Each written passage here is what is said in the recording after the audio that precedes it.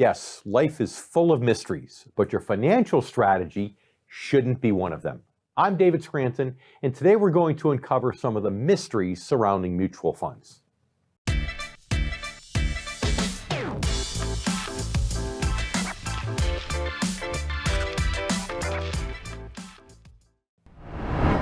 Hello everyone, and thank you for clicking on today's video. You know, you can't discuss modern financial strategies without discussing mutual funds. Yet most people know very little about mutual funds or how they actually work. Today, I'll help correct that situation as I unravel the mysteries of mutual funds. Specifically, we'll cover what mutual funds are and how they work, different types of funds, the risks and drawbacks of mutual funds, including many that you aren't aware of. So let's start with what exactly are mutual funds? Well, simply put, they're an investment option that allows you to pool your money together with other investors to purchase a collection of stocks, bonds, or securities. In other words, a mutual fund is basically an instant portfolio. It's an easy way to diversify your investments, and this can be important. But does that make a mutual fund the same as a diversified portfolio of individual investments? Well, no, and here's why. Mutual fund investors don't actually own the securities in the fund. They own shares of the fund itself. In an actively managed mutual fund, the decisions to buy and sell holdings are made by one or more fund managers, and they're supported, of course, by researchers. Now, the manager's main goal is to match or to outperform the fund's benchmark, and a benchmark is typically one of the major market indices, such as the S&P 500. The kind of mutual fund most people instantly think of when they hear the term is a stock mutual fund. And these are funds you probably have money in when you're in your 30s or 40s or even early 50s, and your top goal is to grow the dollar amount of your savings. Within the stock mutual fund category, there are many subcategories, but the most important one to know about is fixed income funds, aka bond funds. Because as the name suggests, these options focus on investments that pay a fixed rate of return in the form of interest income. And these are things like government bonds, corporate bonds, municipal bonds. Like stock mutual funds, bond funds are often actively managed. Now, here you might be thinking, so does that mean investing for income is simply a matter of switching my allocation from stock mutual funds to bond mutual funds? Well, no. That's a common misconception.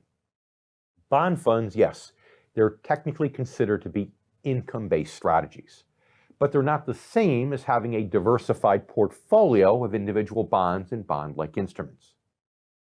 Why?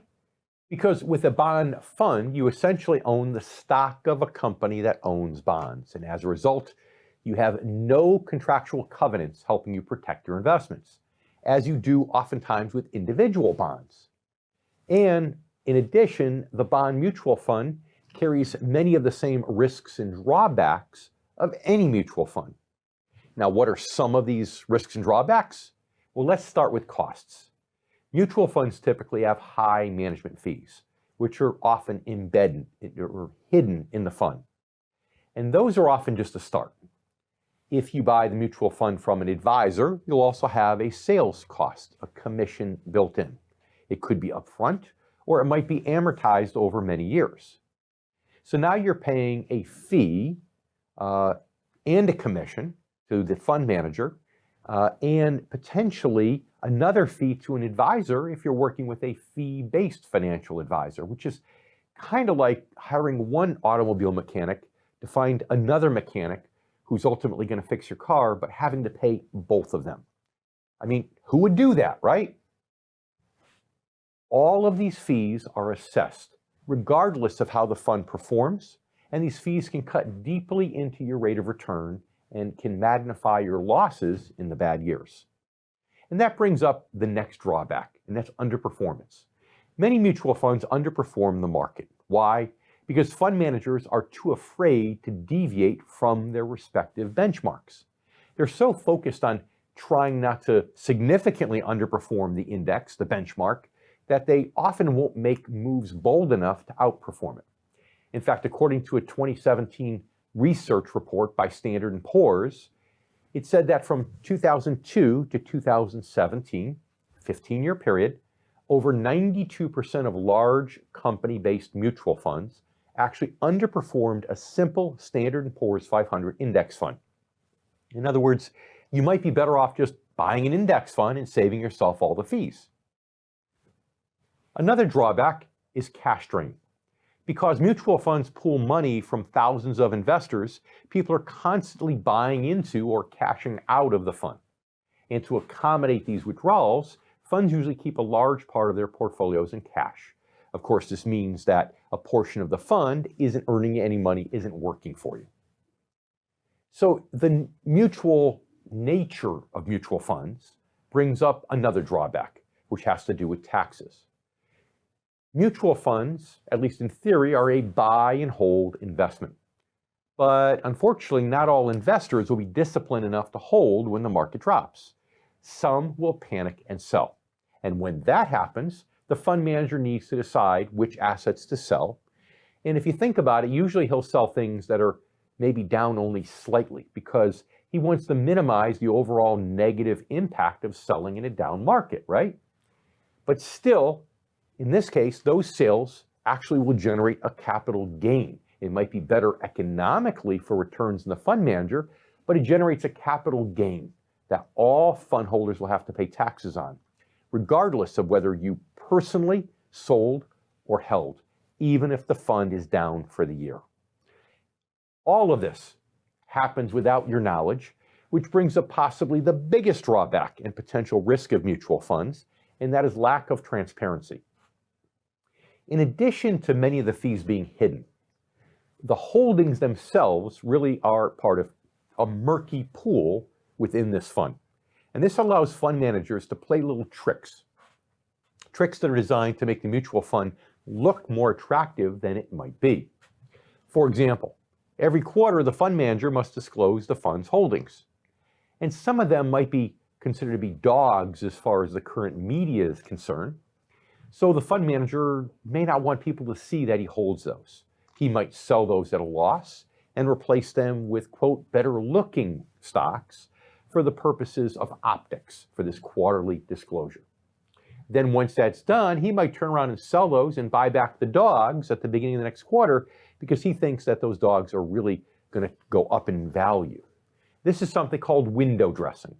And it's just one of the many ways that lack of transparency in a mutual fund can be deceiving. Here's the bottom line.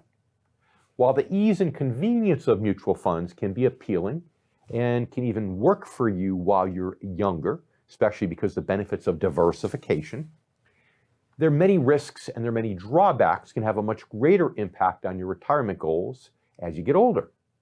And to help me with this all so important topic, I want to bring in today's special guest, and that is author and economist, Dr. Art Laffer. Dr. Laffer, thanks so much for being back here on The Income Generation. My pleasure, David. Thanks for having me. It's fun. So Art, it seems like the only thing that can spook markets in the past year or two is this concept of inflation, but now you have this new Omicron variant. What impact do you think that's going to have first on the economy and then on the markets as we move into 2022? Well, on the market side, I want to give everyone a full disclosure. There are no risk, no money-back guarantees. I have a much harder time forecasting the future than I do the past, just for the record, David.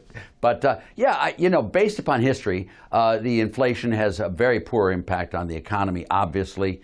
I mean, one of the things that really generates prosperity in the country is a stable valued currency. A strong dollar is really good for the country. And the more inflation we have, that means the weaker the dollar, the worse contracts are going forward.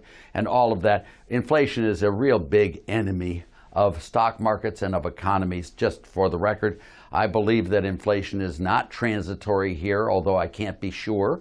But I don't believe it's transitory. It may have a little downturn, but I think there's a real problem because they've subsidized all of this demand and they've made it very attractive for people not to work. So you get less supply, more demand, and that's a classic situation for prices to rise. Now, they will bobble around, but now as far as the market goes, inflation has historically been very unkind to financial markets.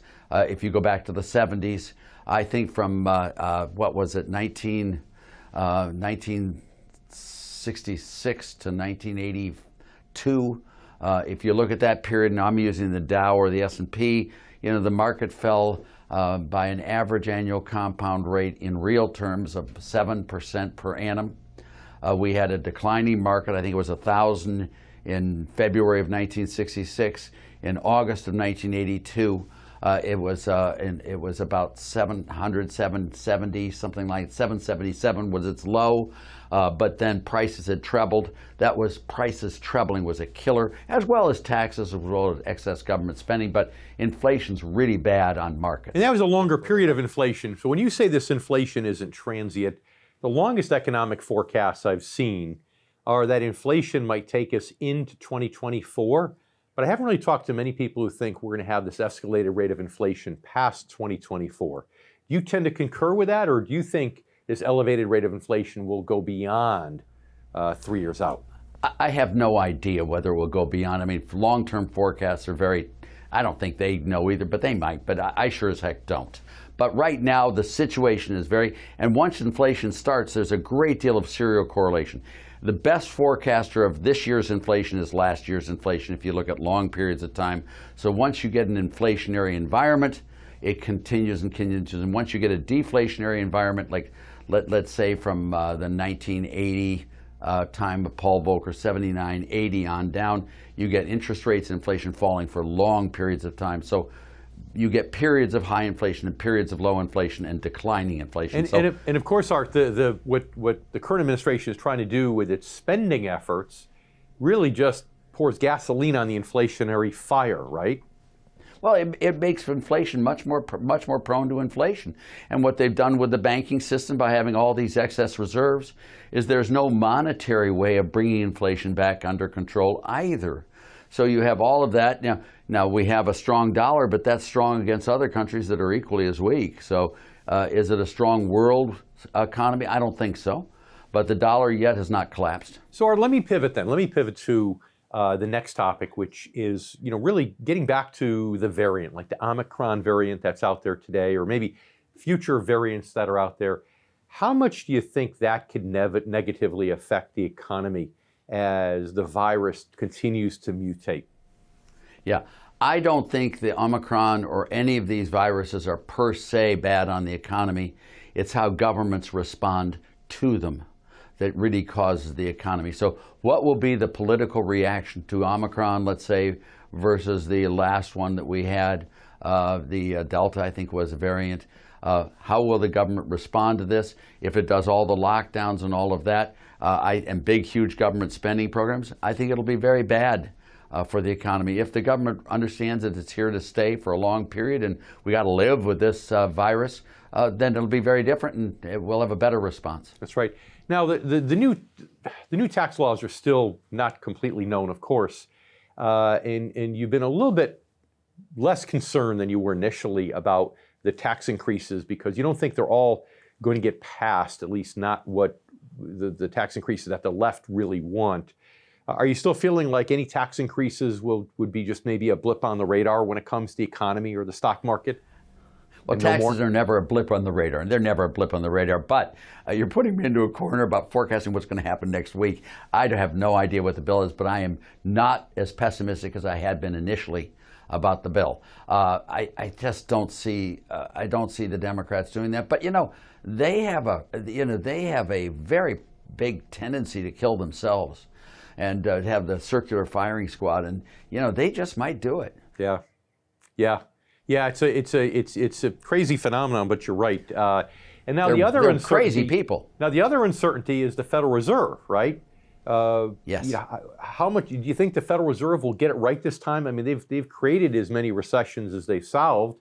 So, how much hope do you have that this time they'll find just the right mix of policy to not actually create or accelerate the next recession? Well, I think they've created more than they've solved. And to be very serious with you, what they have done is they've pumped in so much monetary base into the system that there's no way of controlling inflation or anything by controlling the growth rate of the money supply or by controlling bank reserves or any of that. So all they can do now is keep interest rates low by buying every dollar of debt that the Treasury issues, which is what they have been doing, and that's the only way they can hold rates down. It's what they did in the World War II up through the Accord of 1951, and that's a bad policy, both short-term and long-term, but once you get into it, it's really bad, because if you try to get yourself out of it by letting markets determine interest rates rather than the Fed, you could cause a very sharp market adjustment.